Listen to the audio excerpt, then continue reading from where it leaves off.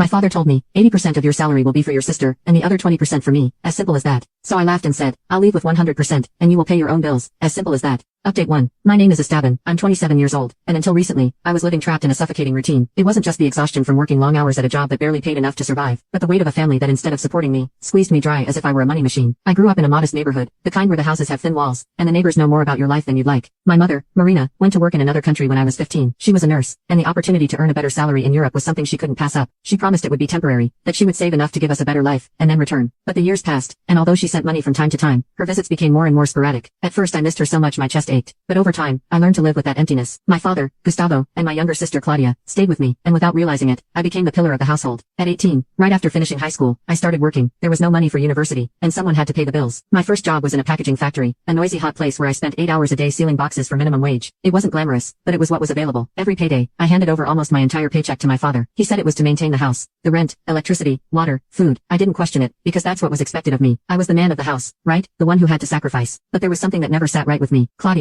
my 23-year-old sister, didn't contribute a single cent. Nothing. Zero. She worked part-time at a clothing store, but everything she earned was spent on going out with her friends, buying brand-name clothes, or paying for club admissions. While I came home with sore feet, and clothes smelling of sweat, she would walk in made up and smiling, telling stories of her nights out partying. If I asked her to help with anything, even just washing the dishes, she would roll her eyes and say, "Oh Esteban, don't be a drag, that's what you're here for." And my father, sitting on the couch with a beer in his hand, would laugh and tell her, "Leave her be. She's young. She'll have time to worry later." My father, Gustavo, was another story altogether. Before my mother left, he worked as a mechanic, but after she started sending money, he quit. He'd say it wasn't worth killing himself working for peanuts, when Marina could support us. But when my mother's money stopped arriving regularly, he never looked for work again. Instead, he became an expert at spending mine. Every time I came home, I'd find him in the yard with his friends, surrounded by empty beer bottles, laughing loudly while music blared. I once counted more than 20 bottles in a single night. Who paid for that? Me. My salary. My hours of work. I tried talking to him several times. "Dad, I need you to help with something. I can't cover everything." But he always responded the same way, with a mocking smile. "Esteban, you're young, you're strong. I've already done my share of work. Now it's my turn to enjoy life. And your sister, well, she's my princess. I'm not going to ask her to kill herself working like you do."